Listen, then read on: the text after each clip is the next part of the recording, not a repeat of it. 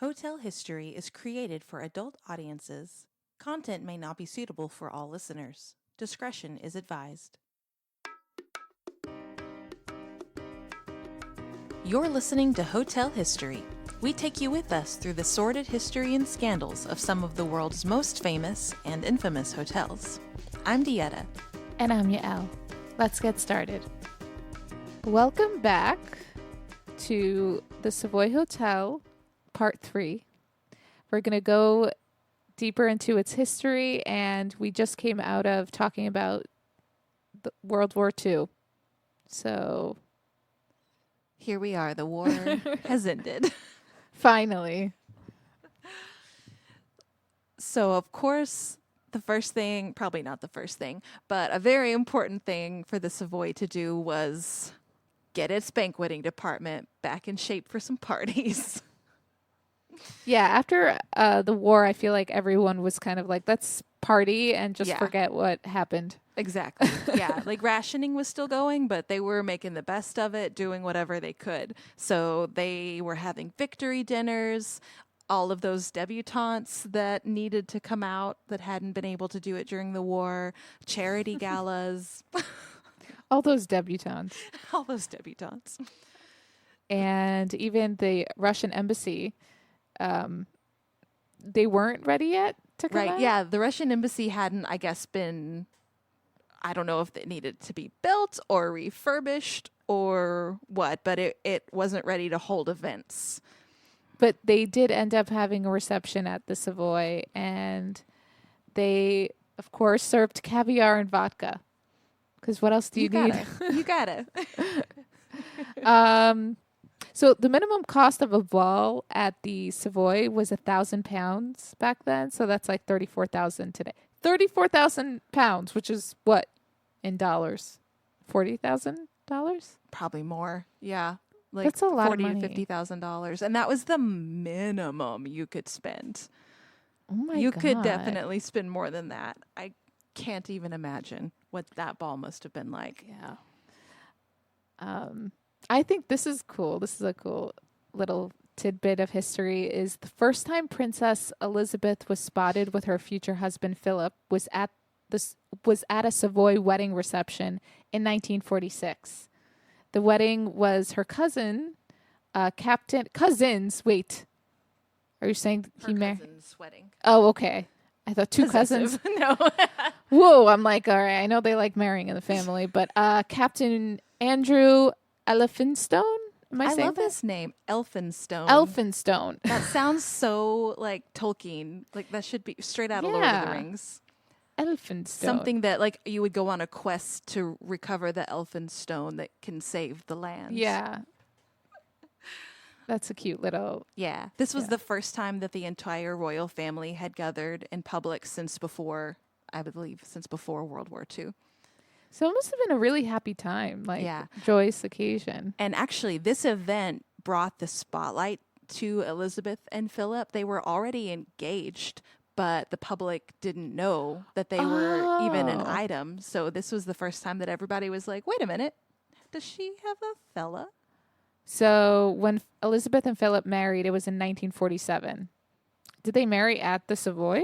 No, but they did have, I think, just all of the dignitaries that were coming in for the wedding were staying at the Savoy. Oh, okay. So kings and queens. So 3 kings, 4 queens, and a group of other royals staying there. Enter a strike. God, I love a good strike. Oh my God, at the wedding? At the time that this is all going on, that they're trying to get ready for everything, 500 of the catering staff joined in for, the book said a 2-week-long strike, but from some of the articles I was reading from the time, I think it went on longer than that. But it was over the firing of a waiter, Frank Piazza. Supposedly, it was a dispute over whose job it was to carry dirty plates away from the grill. Classic dispute that Oh my causes God. a 500-person strike. But behind the scenes, the British government learned that the Communist Party trade unionists were involved in the strike. So now they have concerns that Piazza is actually an Italian communist and was maybe interned during the war, and now he's being planted by the British Communist Party to sabotage the wedding. So this is all speculation as far as I could tell. I couldn't find anything that said they had any sort of evidence. But the health minister feared the consequences of what would happen if the Communist Party got control of London's best hotels.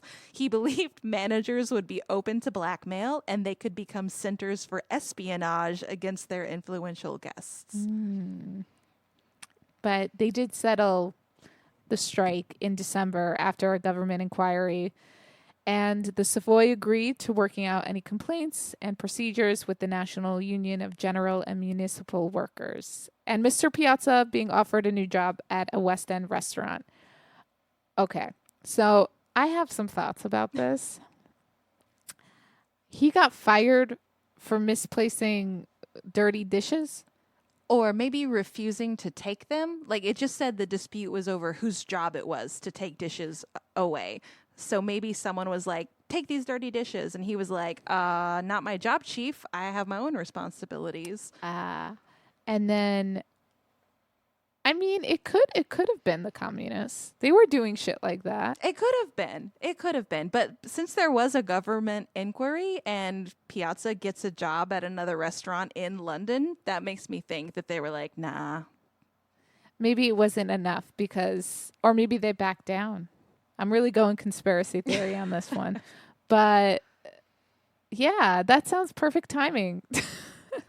Yeah, I found an article from the Communist Party's newspaper at the time that was really interesting to read. And they were talking about how all of the royals staying at the Savoy at this time, including Princess Elizabeth, I don't know that she was staying there, but she would visit the Savoy. They all crossed the picket line.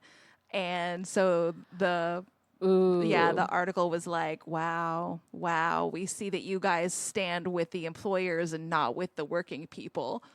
Well, I'm not surprised, but also if they're giving information that they might be communists, they think they're doing the right thing. Yeah.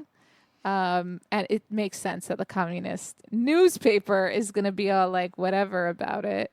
That's sus. It's sus on everyone's part. Yeah. But then they resolved it before the wedding, right?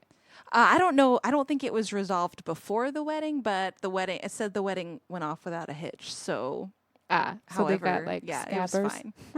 Yeah, they were using a ton of scabs to do the work. The article also mentioned that. Wow. Oh my God. Queen Elizabeth would be canceled today if she was still alive. Can't be crossing picket lines. She passed, right? Yeah. Okay. I feel like it's hard. I don't think I processed that because she was around for so long. She's so long. She's just a figure. Yeah. And actually, there is a file from like a police file on the alleged brutality of the police against the strikers that is still sealed. It won't be opened until next year.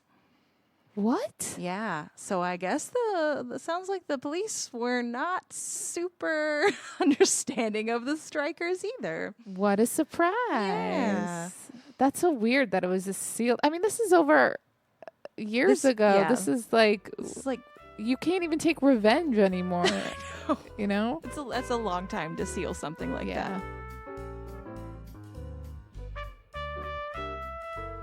So in September of the next year, 1948, Rupert, the owner of the Savoy, dies from a stroke at the age of 71.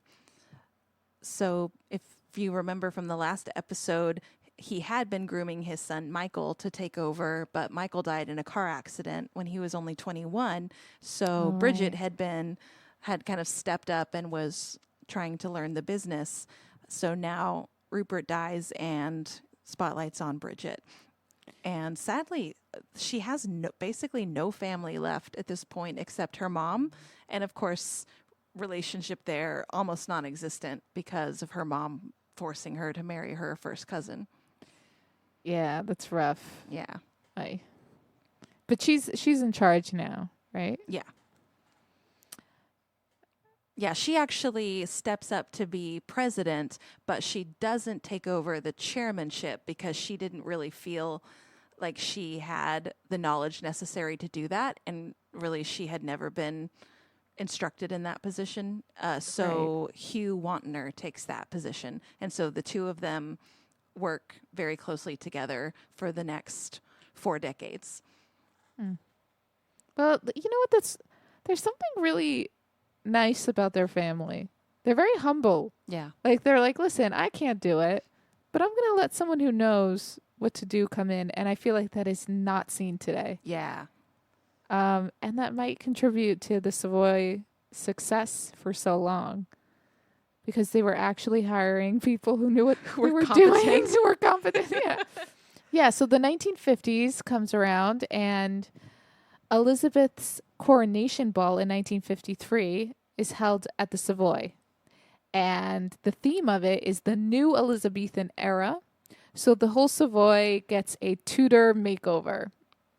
I really want to see pictures of this. I know. Bridget invites Laurence Olivier and Vivian Lee, among others, to help plan the coronation. No, the celebration. Oh, the celebration. Yeah, the ball. The ball. Okay. Yeah, and if you guys remember, Olivier and Lee first met each other at the Savoy Grill 7 years before they started an affair. And then at this point, they're about 15 years into their marriage to each other, which was also highly tempestuous. And Olivier managed the cabaret performance and Lee the decorations. Yep. What the hell? All right, well, who knew? Multi-talented. And the guests that came were given Tudor-style hats, ruffs, jester sticks, and whistles at dinner.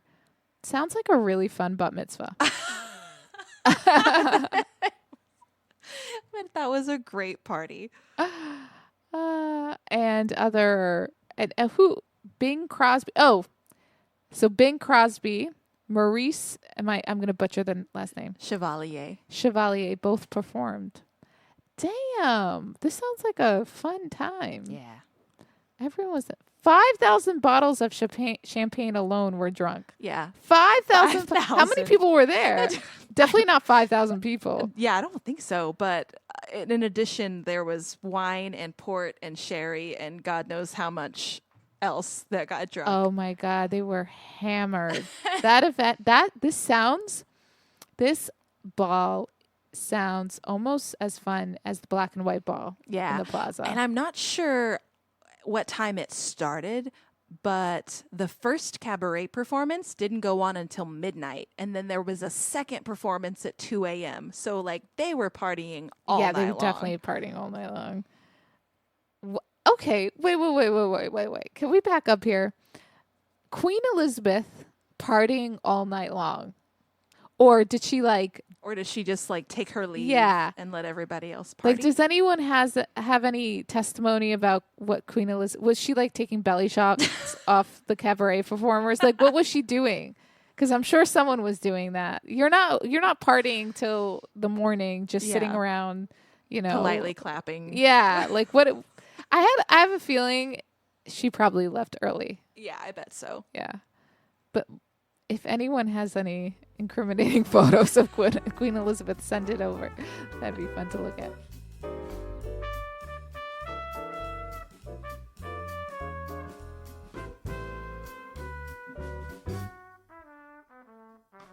Agatha Christie liked to eat at the restaurant, and she threw a lot of parties there for opening nights of her plays in the West End. Oh, this is what you were talking about. Yeah. Okay. You explain the rest. So in 1958, it was opening night of The Mousetrap, which is her most famous play and has been continuously running since then. So I think it's one of the longest running plays ever. And she celebrates this opening night at the Savoy with 1,000 guests and a cake that weighed half a ton. It was as long as the dining table, and it was covered in sugar mice and roses and ferns. And then there was a huge mouse trap built on top of it out of icing. And then there were like these tapered candles that were lit on top of it. We're definitely going to post a photo of this on Yeah. Instagram. So you've got to check it out. I wonder if it tasted good. I hope so after all of that. I mean, I'm sure it a did. mousetrap made of icing? Sounds delicious. It really does. Especially if it was like the really good icing. I mean, it's the Savoy. It's the Of course Savoy, it's so. going to be the really good icing. Yeah. Unless they had rations. By this point, But also- what is this? We're in the 50s. Yeah, Yeah. so they're fully back on sugar and butter. Oh, okay. But here's my thing. Like, the more I hear about what the demands or at least the requests of these people in these hotels, I'm just like, what in this is making Hollywood today sound stupid. Like, sound like, oh, that's cute. Like a mousetrap, a cake. Imagine Yeah. asking a restaurant to do that for you or a bakery. Yeah, the performance, the pomp, the circumstance, it was so much bigger. People get mad at the Kardashians, but they're really just taking notes from the past. Yeah. Like, they have some crazy parties, but I don't even think they're as crazy as some of the things we've read. No, not at all. Because in 1963, at the premiere of Cleopatra, they had a pyramid cake so spectacular it was written about in the Encyclopedia Britannica. Oh my God. If the cake that the hotel makes you ends up in an encyclopedia, that is a party. That is a cake. I Did mean, someone pop out of the cake? God, Did Elizabeth Taylor. No, she didn't. To my knowledge, If she was didn't. trying to get married to someone, she would. I feel like. But if she was already married to one of her many husbands, Yeah. she probably just sat back and ate the cake. Probably so. I have tried and tried to find a photo of this cake. I haven't found one yet. Really? I can't believe that that a photo of this does not exist somewhere. They have the mousetrap cake. Yeah, they have the mousetrap It photo. was 1963. It wasn't like 1919 where Yeah. photos like were I'm so rare. sure the Savoy probably has a photo of it, and maybe they just haven't released it because they have huge archive of photos from Oh, their yeah? history. Yeah, So why wouldn't they release it? I don't know. Maybe they're saving it for a special occasion. Hmm. I don't know. Maybe they want some people to pay for it. Yeah, that could be. Listen, if the Savoy or anyone who's worked at the Savoy works at the Savoy has a connection to the Savoy and can get us a picture, I want to see this cake. we really appreciate it. Interesting. Another interesting celebrity fact. Charlie Chaplin lived there for a few months while arranging to move to Switzerland. He couldn't return to the U.S. because he would have been questioned by the Un-American Activities Committee. I remember reading about this. He was accused of being a communist, Yeah. right? And he was Jewish, right? Yeah, as so many American celebrities were, you have to basically prove you're not a communist. There was no innocent until proven guilty. It was like Yeah. you're probably a communist because you're an actor. So prove to us you're not. If you had any sympathy towards the communists, then you were a communist. yeah, You had to be really careful. It was a dark time for Americans and civil liberties, I will say. yeah, Freedom of speech wasn't really free. It came with a high cost.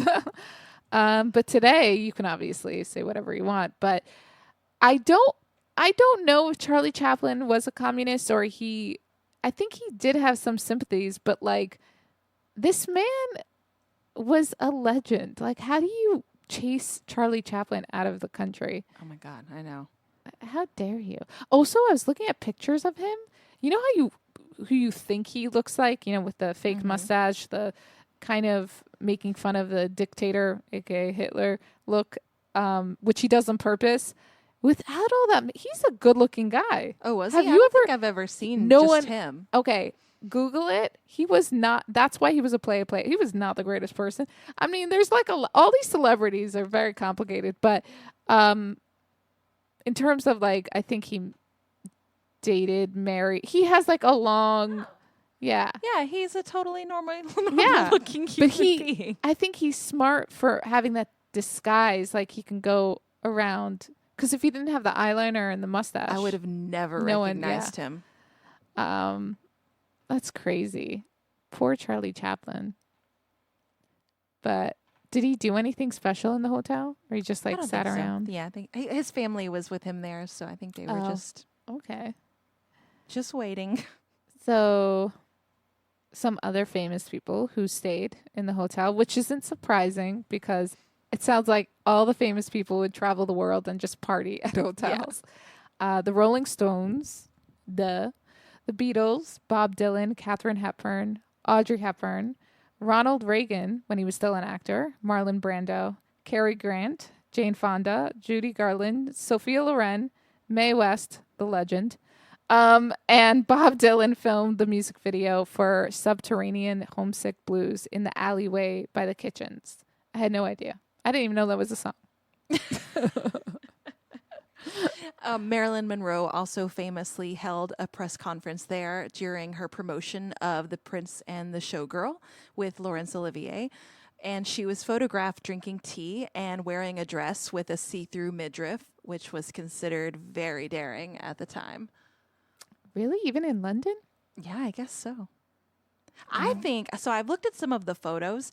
I don't think it was so much the bare midriff that was the scandal, in that she was sitting down most of the time, and so the dress rode up, and you could definitely see some underboob. And I bet that's what made it a little scandalous. She tended not to wear bras, you know.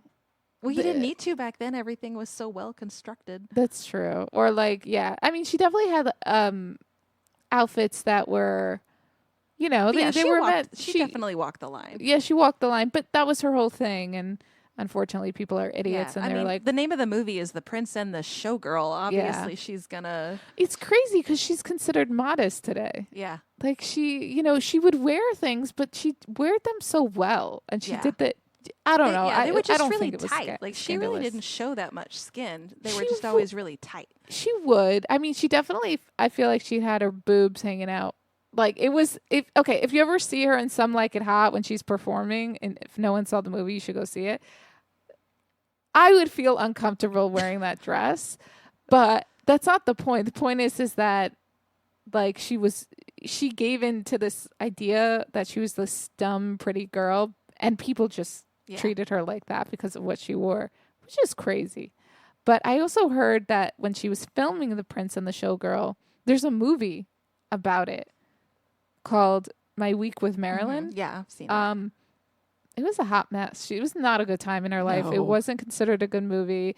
I think she was going through a divorce with Arthur Miller. It was getting close. Yeah. She hadn't yet, at the time, they hadn't gotten there yet, but she also had an affair, possibly with Laurence Olivier, and she wasn't feeling a ton of love from Arthur Miller. She didn't really feel a ton of love from him their entire relationship, in my opinion.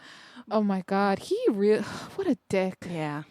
I feel the more I learn about Marilyn Monroe, I feel so bad for her. She was never in a healthy relationship with men. No. And that's probably why she was the way she was. But yeah, Arthur Miller, she found a letter.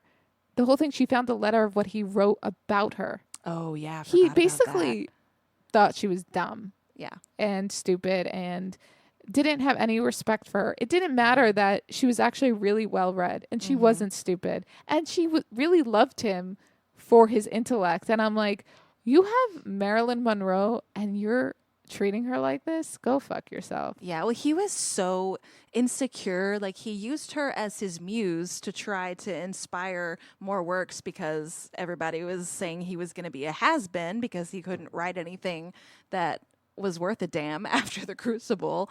And then anything he wrote, people didn't really like it. And then it's almost like he loved her for being a muse, but then hated her whenever whatever he wrote didn't turn out the way he wanted it to. And he probably hated that she had so many admirers and was that she was successful. Yeah. His star was dimming and her star was still bright. Typical insecure male behavior. Or just human behavior. But yeah, I personally have known some artists like this. It's really sad. But yeah, she didn't get treated very well. Um, some other people. A lot of authors held press conferences there. Some of the biggest names were Muhammad Ali, who promoted his autobiography there, and Dr. Martin Luther King Jr., who discussed his book on the civil rights movement. Nice.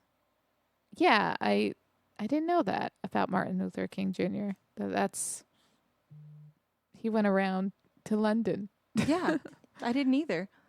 You see, just hotels always the spaces Yeah. for these conversations.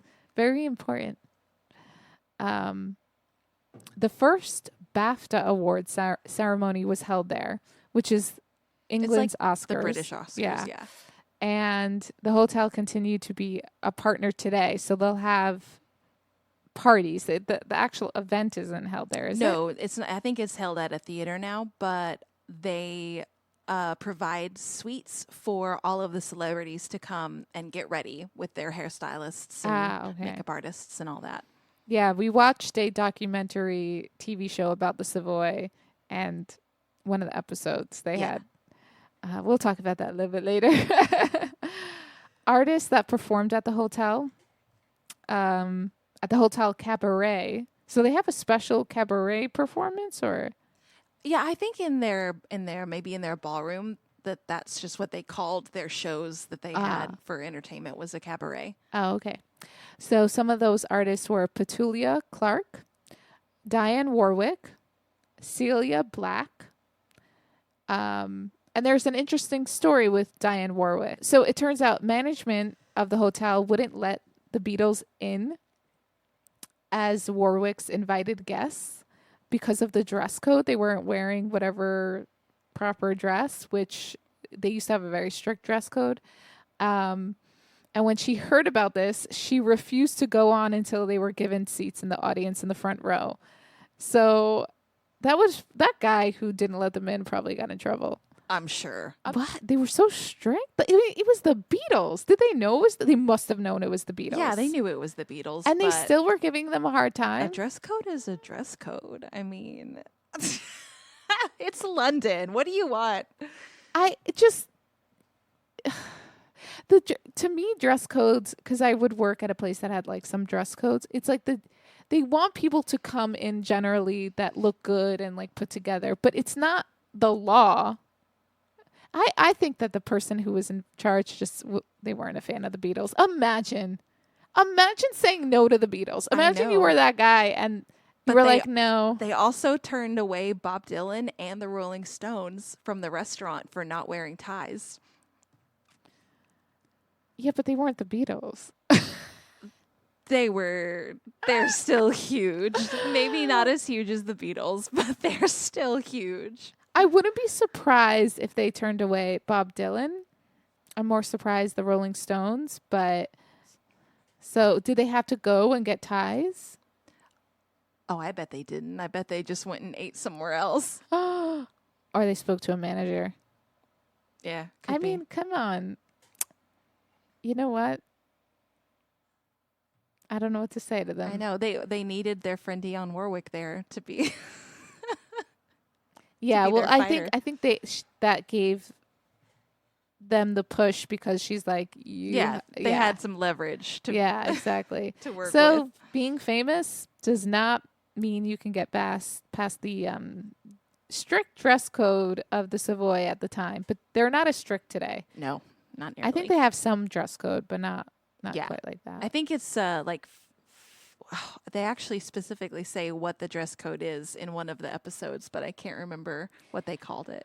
I think like smart casual or something like that. If it's similar to because I worked at Beauty and Essex in LA and they have a dress code, but it's like very simple, like no flip flops and shorts. Yeah, because too many men would come in with flip flops and shorts, and they don't enforce it with women, just because women are pretty. Yeah. Like when we wear flip flops and shorts, it's cute. When men do it, they're like, sloppy. please, Yeah. Get a manicure. Or a pedicure, I should say. But yeah, so I think that's probably kind of their rule, maybe something a little stricter. But they're very into fashion because they had fashion designers. They held shows from Christian Dior to Valentino. And I'm sure they had more. I'm sure Probably they Gucci did. also. I was looking for Gucci, but Gucci didn't introduce clothing into their line until the late 60s. So they may not have done Gucci. Some uber rich people, Aristotle Onassis, the Greek shipping tycoon, was a frequent guest at the Savoy. He'd been staying there since he was 25, but he had a standoff with another Greek shipping tycoon, Stavros Narcos. He wanted the territory of the Savoy to be his because they were like nemesis. They So weren't allowed to stay at the same hotel at the same time. the Savoy ain't big enough for the both of us. Oh my Type God. situation. Yeah. I'm not sure who eventually, if they ever like figured out who. Okay. got to From stay. the next thing that I read is that Onassis would be seen having dinner with Winston Churchill at the Savoy. Who do you think got the Savoy? Sure, it was Onassis. If you're friends with Winston Churchill, you're getting the Savoy. Yeah. There's no way. All of the weird nepotistic enemy frenemy stuff going down between all of these families, the Churchills, the Onassises, the Kennedys, all of that is extremely fascinating and disturbing. So just if you guys are looking for some history to dive in deeper, that's definitely one to check out. Yeah, they all hated each other. They all hated each other and they all slept together, and there were some questionable deaths involved and some, yeah, it's very interesting. It all happened at the Savoy. Okay.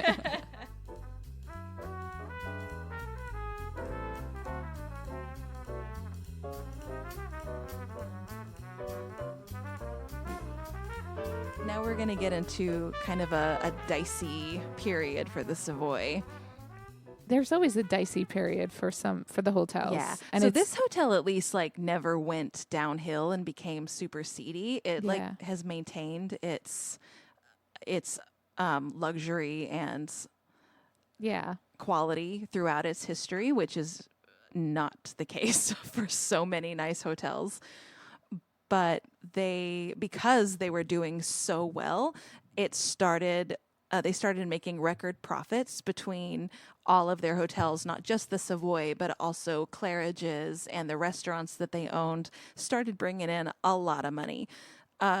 So this started to attract the attention of a lot of vultures. And from the 50s through the 80s, they kept having to fight off hostile takeover bids.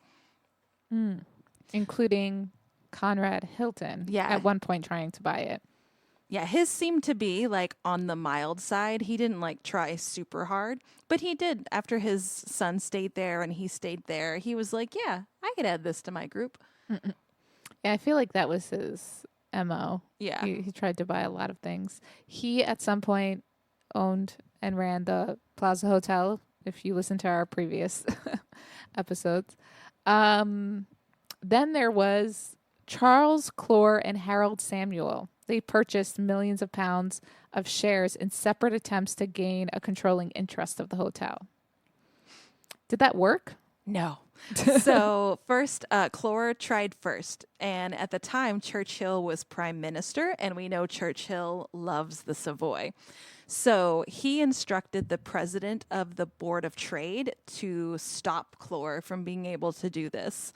The Bank of England governor urged insurance companies to stop lending to anyone connected with any takeover bid happening. Isn't that illegal? I'm sure it is. But you're the prime minister, not like in charge of everything. Like it may not be overtly illegal, but it's probably a little unethical. At least it smacks of some fraud happening in there somewhere. Yeah. But official government policy was non-interference, so mostly the Savoy had to just deal with it on its own.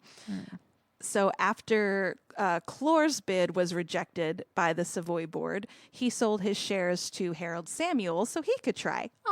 Working together, friendship. Oh, okay. So that was it. Okay. Yeah.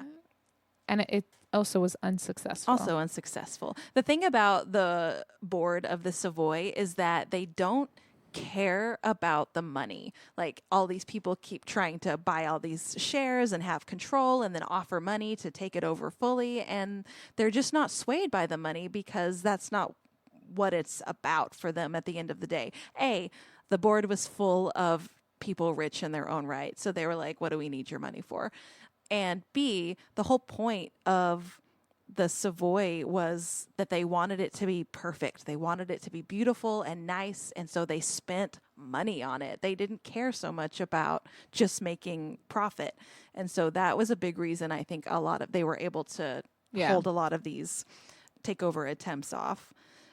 So the chairman of the board that we mentioned earlier, Hugh Wantner, he goes ahead and buys Samuel's shares after Samuel's bid is rejected. But that's millions of pounds worth of shares, and Wantner does not have that kind of money. So no one is exactly sure where he got the money to buy them. But it's alleged that Barclays, the bank that Savoy used, somehow came up with the money and fixed it. Fixed the situation. Yeah. Or Winston Churchill. So in the 70s, more takeovers. The most obsessive was Charles Forte, who owned Travelodge, like the chain of Travelodges. Oh, really? Yeah. Oh, I didn't know that was owned by someone. Yes. Like you just think it's one of those things that exist. Really like who owns these Yeah. things? I didn't know it was that old also. Also, yeah, I didn't either. So he tried to take over the Savoy for on and off for 15 years. Like he would not give up. He thought he like proposed to his wife at the Savoy. He'd been dreaming of owning it most of his life, and he felt like he deserved it. So he would not give up. But how would he know how to even deal with the Savoy? He owns Travelodge. Well, that's what the Savoy said. They were like, these two things are not the same. Who do you think you are? So over this time period, the Savoy paid out over £1 million just in legal fees, trying to fight everything off.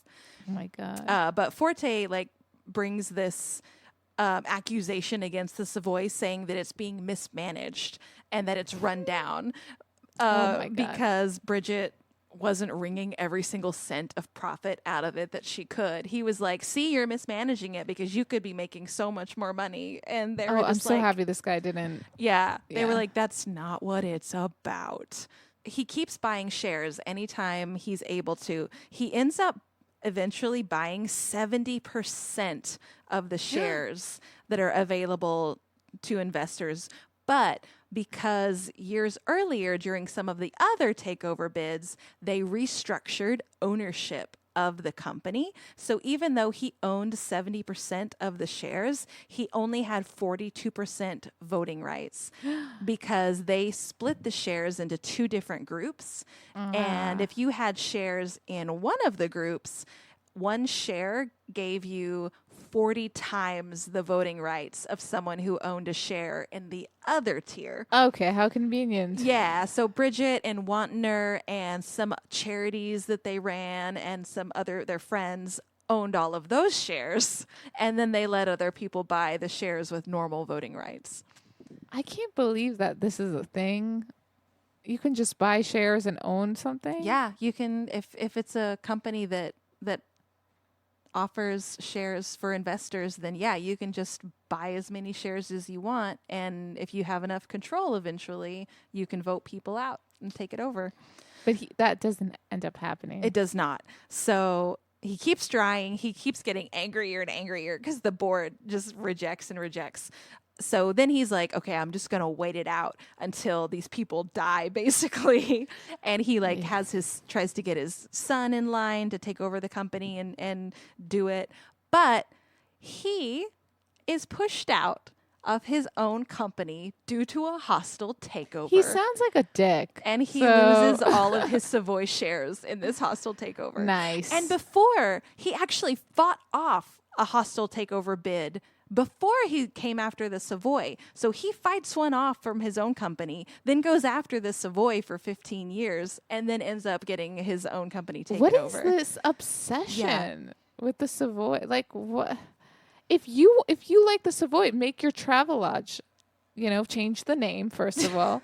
Because No one's getting married at the build your Travelodge. own beautiful hotel. He could Yeah. have built an amazing hotel for all of the millions of pounds he spent buying shares in the Savoy. But it wouldn't have had the reputation and everything. It's what the Savoy stands for, I think, that they're trying to buy. You know what? When you do the research on the D'Oyly family, you're like, they're doing it right because they're continuing. Like it's pretty good. Yeah. I mean, I'm sure not everything's perfect, but yeah, D'Oyly always spent more money to make the hotel perfect. You have to love the hotels. And I've said this before. If you're not obsessed with the hotel and the vibe and the whole thing that it is, you cannot.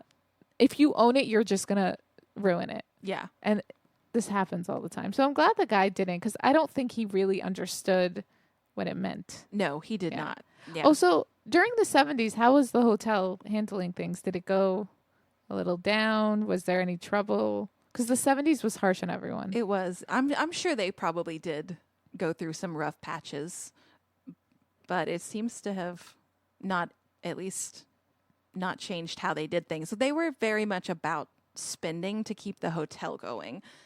So they probably took some financial hits, but the hotel itself didn't go downhill.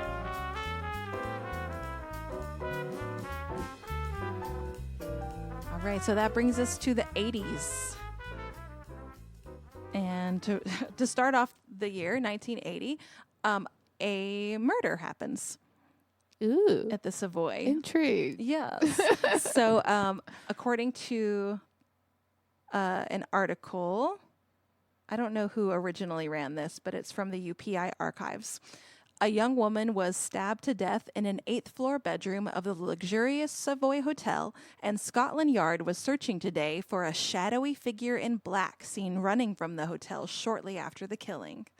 Uh-oh. So yeah, it's great novel start. Guests at the celebrated 5-star hotel overlooking the Thames heard frenzied screaming in room 853 late Wednesday night. Inside the room, hotel staff found the woman half naked and bleeding.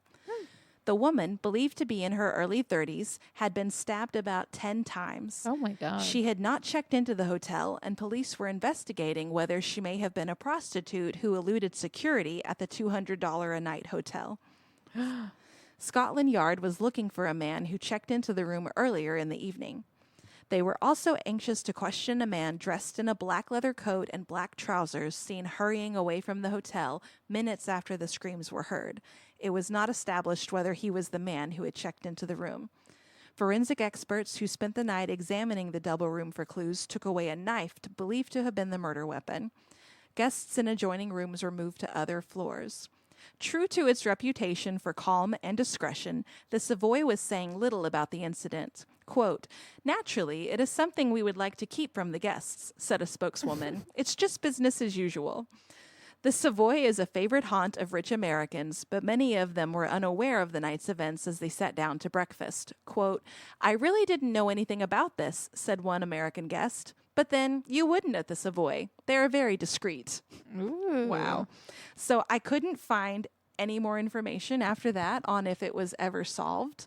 I did find one little website that gave a name of the woman and a name of the man, but it seemed very sus because it was saying that she had been stabbed 80 times and all this other stuff. And They're so discreet. There's no evidence. Yeah, there's nothing. Sounds like Jack the Ripper.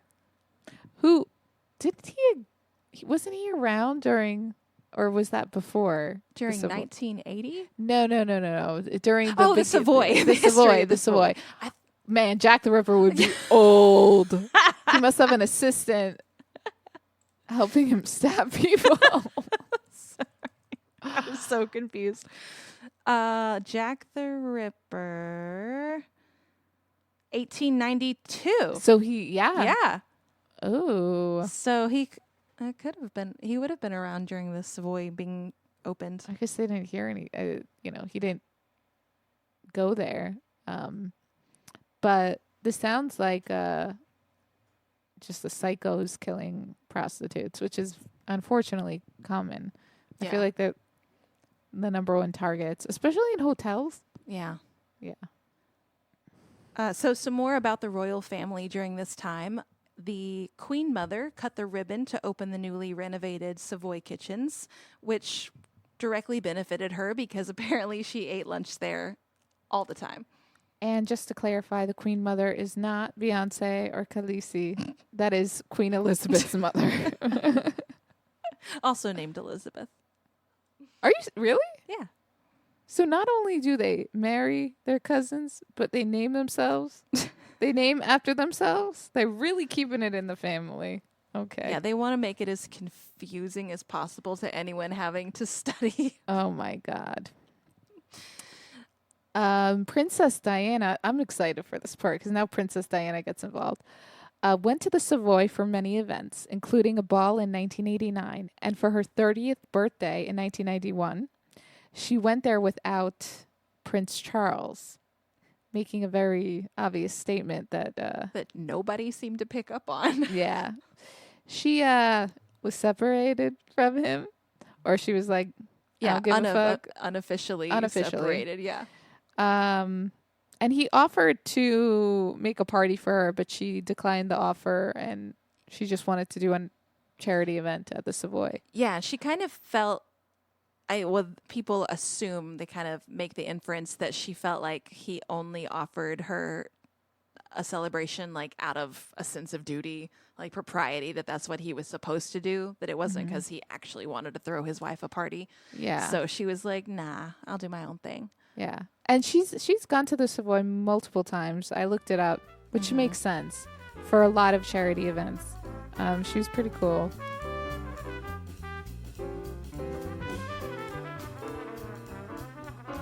In May of 1985, Bridget passes away. She had lung cancer, very severe, because she was known to smoke 80 cigarettes a day. How old was she? Why do you need to know? I don't know how old she was. Hold on, let me look. The reason I'm asking is not because I want you to do more research. Is because 80 cigarettes a day, and if she was like 105, I'd say that's a pretty good outcome. 77. Okay. That's not that old, but it's not that young either. Yeah. So for someone smoking like a freight train. Yeah. Well, wouldn't you running a hotel? Oh my God. Yeah. Not a hotel, an opera company, multiple restaurants, multiple hotels. Yeah. So yeah. I mean, smoking is not how I relieve stress, but I definitely would have been doing something unhealthy. Oh yeah, no, for different times. For sure. Yeah. Wantner, who had been running the hotel since Bridget's death, died in 1992. So after Bridget was this guy. And then who takes over after? So it stays in the power of like the trustees, I guess, that Bridget had left it with when she passed away, and until 1998, when an American private equity firm, the Blackstone Group, purchases it. And then it starts to change hands quickly. They sold it in 2004 to an Irish group, Quinlan Private, who then sold it to the same guy that we talked about in our Plaza episodes, Prince Al-Walid bin Talal, because he owns a bunch of hotels. So they sold it for about 250 million pounds. That's not a lot of money for such a huge hotel. No, that would have been like, what, $400 million? Well, 2004. Yeah, maybe less. Maybe. I don't know. But either way, like, how much did he buy the Plaza for? It was like a lot more. I can't remember. Well, I know because I always get confused between the outrageous price that Donald Trump paid for it and how much he paid for it. And now it's worth like billions, I think. 600 million. Yeah. Yeah. Okay, so it's still less than the Plaza, but yeah, less than the Plaza, which that kind of surprises me. But and now it's run by Fairmont Hotels and Resorts of Canada, which is his affiliate. Yeah, and also they are I think they rent also the plaza. No? You know why it's so cheap? Because he didn't buy the Savoy group. He only bought the Savoy and Simpsons on the Strand, the restaurant next door. So Claridge's and the Berkeley and everything else that was owned by the Savoy group stayed in Quinlan's group. So that was 2004. And in 2007, Al-Walid decides to close the hotel for renovations, like huge renovations. It was supposed to take 18 months, 220 million pounds was the eventual price tag. And it took way longer than it was supposed 3 years. to. It took 3 years. Twice as long as it was supposed to. There's a documentary on YouTube about the hotel's reopening. So it closed in 2007, opened in 2010. Damn. Yeah. I guess there must have been a lot of things. If it hasn't gone under a lot of renovations throughout the year, it probably came to a head and they're like, we need to do a lot of work. Yeah. Like they needed, I think they made it more energy efficient. I think they added at least one bar and one restaurant to what already existed, redid all the rooms, the rest, everything. Yeah. And in 2020... a reality show following hotel employees of the Savoy Hotel aired. But unfortunately, it aired in the beginning of 2020. And it's if you're interested, we recommend it. It's quite funny. But COVID happened and they did not. Yeah, the hotel had to shut down at the end of March. So there's 5 episodes from that first season that we watched. We watched it on Amazon Prime and we through Acorns TV. So if you want to watch all 5 episodes, you've got to do the Acorns TV. But so there's lots of lovable characters on there. The head butler, Sean, is hilarious. Hi, Sean. There's the floral department. Is full Mary of really Kate. nice people. I know the names. Yes. Michael, the the butler in training, who's trying as hard as he can to be better and get everything right. So it's so hard to watch everybody living their lives and looking forward to the future, not knowing that the pandemic is looming over them like a freaking monster. And the manager of one restaurant, she's like, 2020 is going to be my year. And me and Deanna are like, no, it ain't. No, it's going to be no one's year. I know it really is awful that everybody had to be furloughed during that time. But I feel like everybody in the Savoy Grill probably was breathing a sigh of relief a little bit because Gordon Ramsay owns the Savoy Grill and he would come in and just tear everyone a new one for every single thing that wasn't up to what he believed was his standard, the Savoy standard. And I feel like that must have been a very stressful place to work. Oh my God. Unless he was doing it for views, but I mean, I've worked in restaurants and to have that kind of energy around is not helpful. Yeah. Coming in and just yelling and screaming. And then if you're not going to do this perfectly, you're fired. I'm just like, that's extreme. Yeah. And I'm sure it is somewhat amped up because that's his whole shtick. So I'm sure part of it is just because that's what people expect Gordon Ramsay to do. Yeah. But, yeah, it was. Oh my God. And then every time you watch The Kitchen, they're always putting the camera on the weirdest, people who are just so over everything. And I'm like, what are you doing? And then there was this couple, this really cute couple. They get engaged at the hotel. They go to the room and it's, rose petals and candles. And all we want to see is that ring. Because that room is $10,000 a night. And we know that ring's going to be nice. Cameraman, not interested. What he is interested in is the one clawed pigeon outside of the Savoy Hotel.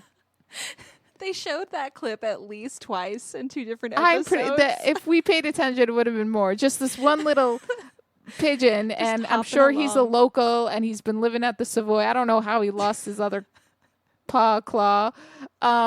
but getting in a fight with other pigeons about who knows what.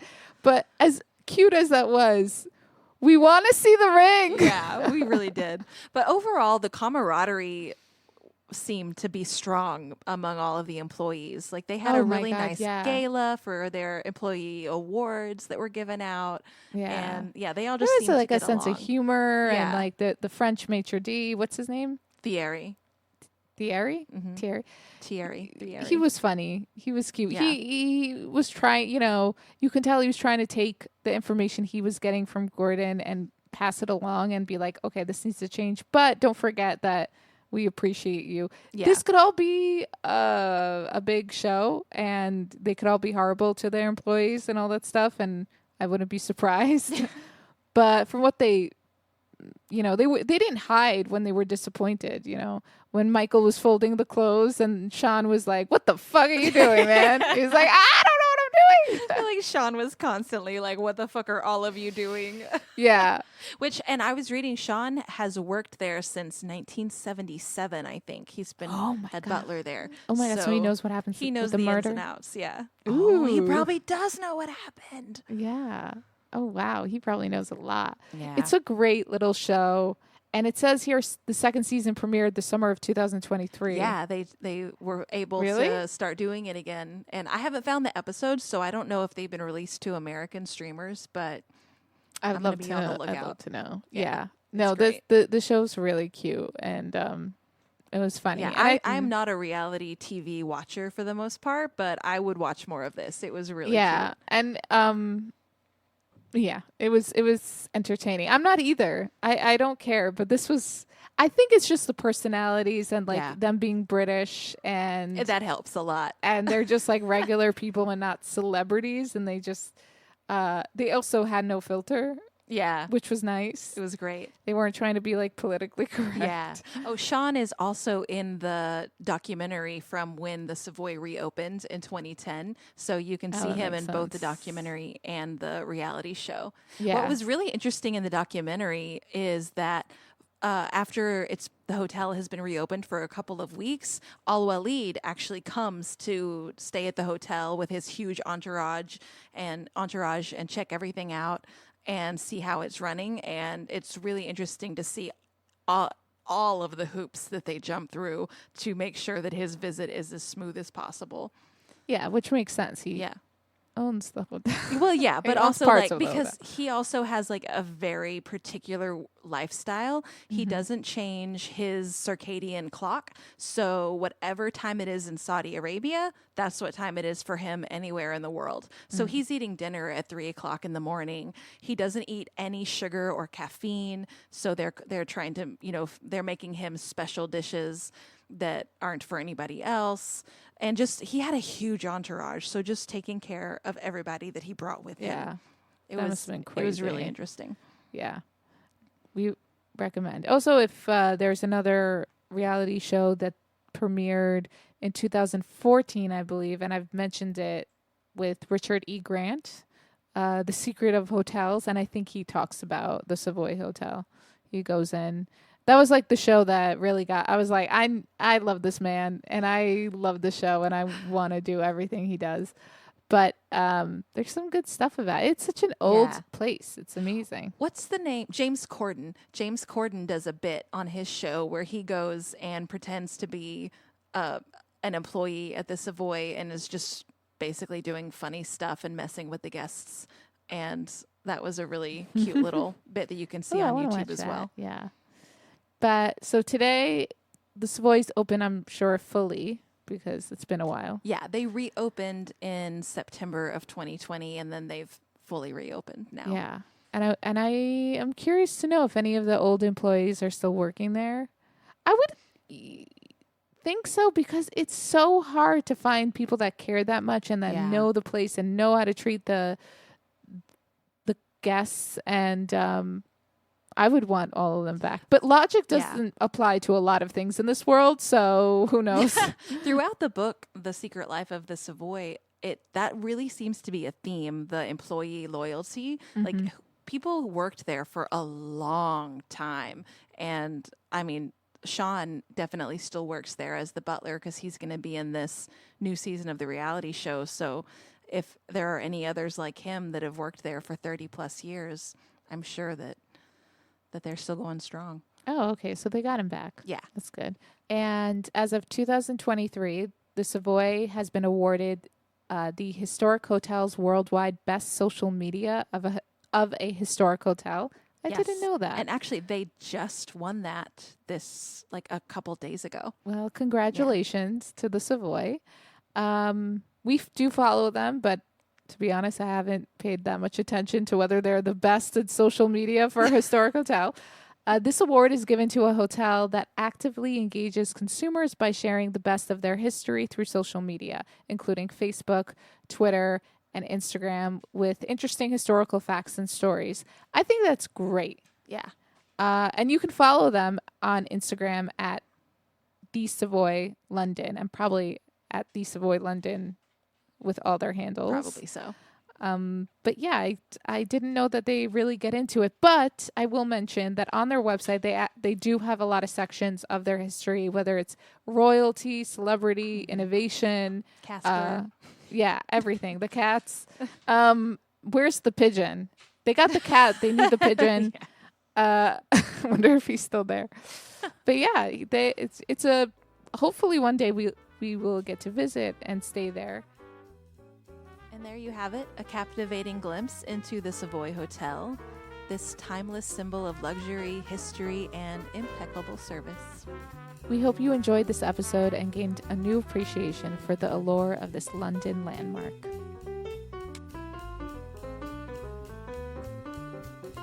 Thanks for listening to Hotel History.